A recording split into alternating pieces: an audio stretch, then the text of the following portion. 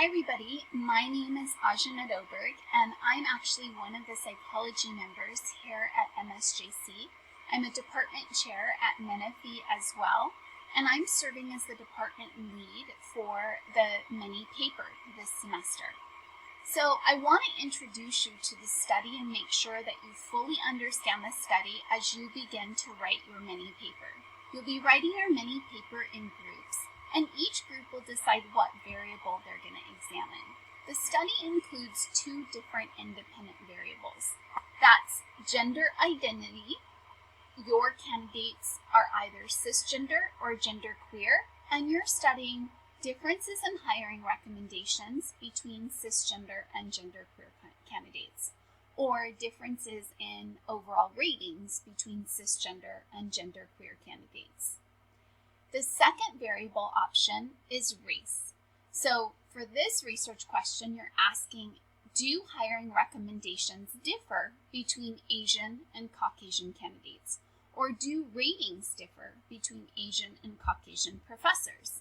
So in this case, you'll be looking at background research on race, and for the other one, you'll be looking at background research in gender identity. So we ultimately had 4 conditions. All of the participants in this study were students enrolled in one of our 5 research methods class at Mount San Jacinto College, and those students were randomly assigned to one of 4 conditions. They were either assigned to a cisgender candidate who was Asian, they were assigned to a cisgender candidate who was Caucasian, or they were assigned to a genderqueer candidate who was Asian, or a genderqueer candidate who was Caucasian.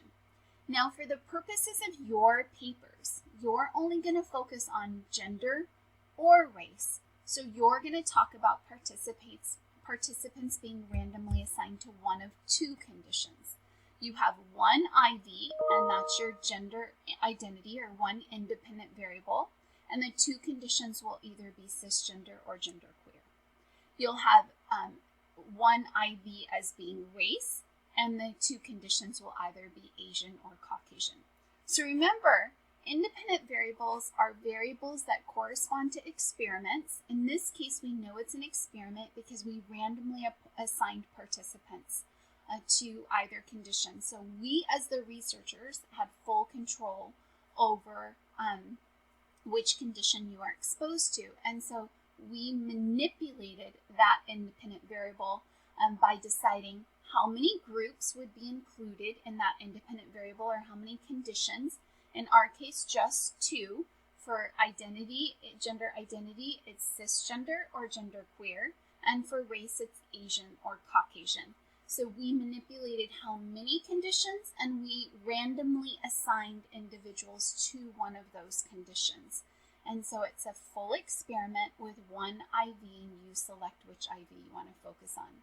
Now, the dependent variable, you have a little bit of choice there as well. Your dependent variable, you can use the overall ratings of the professor, or you can use the recommendation, the hiring recommendations. It's up to you as a group. Maybe run both. But ultimately, I want you to know that I have provided the mini paper description, and I also will provide outlines for each of the sections. Now, hopefully you're going to use this in addition to what you've already learned. So I want you to take what you learned in the APA module and build on that, right?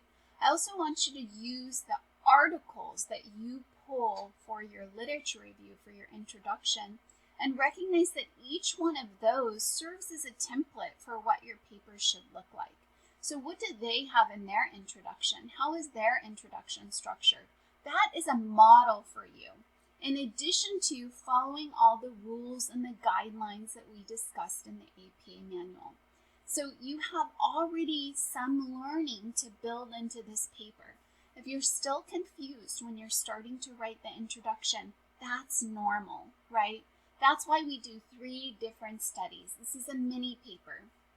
For this paper, you're going to find 5 empirical sources. These should be empirical studies where individuals or groups of individual researchers developed a research question, designed a study to test that question, did a background, literature review to understand what we already knew about that topic, proposed a hypothesis, tested that hypothesis by actually conducting the study, and then wrote a paper. So it should be a primary research source, and it should be an empirical source where they actually collected data. And by primary, they are writing about their own study. It's not someone else writing about someone else's study. It's not a third party through the grapevine. It's me. I conducted the research. I'm writing a paper about my own research. You want to avoid secondary sources in this class where I'm telling you about someone else's research, because things get lost in translation. So we want you to rely wholly on primary research studies and only empirical research. So when you pull these articles from peer-reviewed academic journals, yes, they're going to be hard to read. Yes, they're going to be confusing. That makes sense. They're written for other scholarly students. They're written for academic researchers. They are not written for the general public.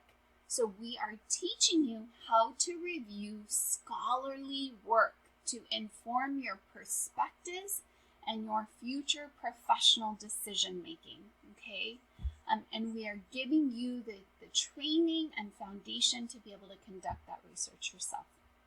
So please, if you have any questions about the study, reach out to your individual instructor, talk to your group members about it, make sure you're all on the same page. You all have voted on whether you're going to choose gender identity or race, and then you all have reviewed the materials so you understand how the materials differed.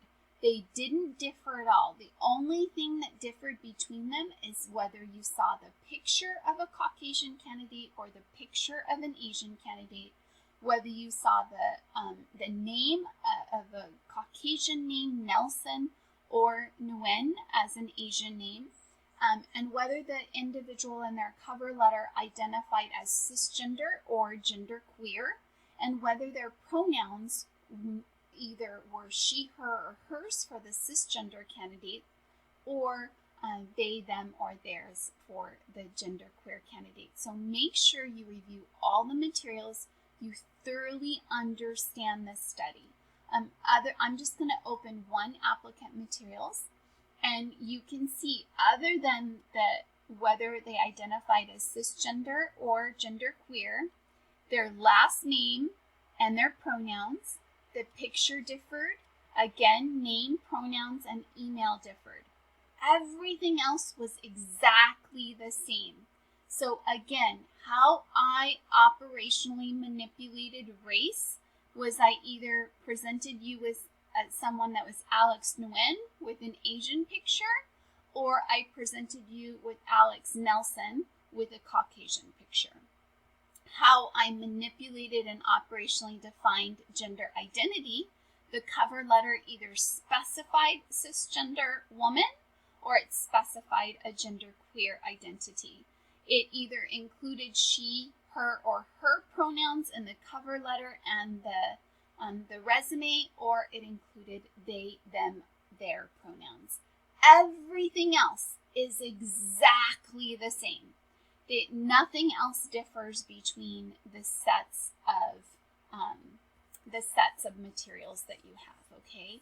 That's why it's an experiment, because we randomly assigned you to either cisgender or genderqueer, or we randomly assigned you to either Asian or Caucasian candidates. And then based upon that, you made recommendations. You had overall ratings of the candidate, and you made recommendations. And so that's what your paper is going to focus on. So for your introduction, gather literature. Look at studies that have investigated differences in student ratings between cisgender and LGBTQ professors. Look at other research studies that have investigated hiring differences, or differences in hiring practices, or differences in representation between cisgender and genderqueer candidates.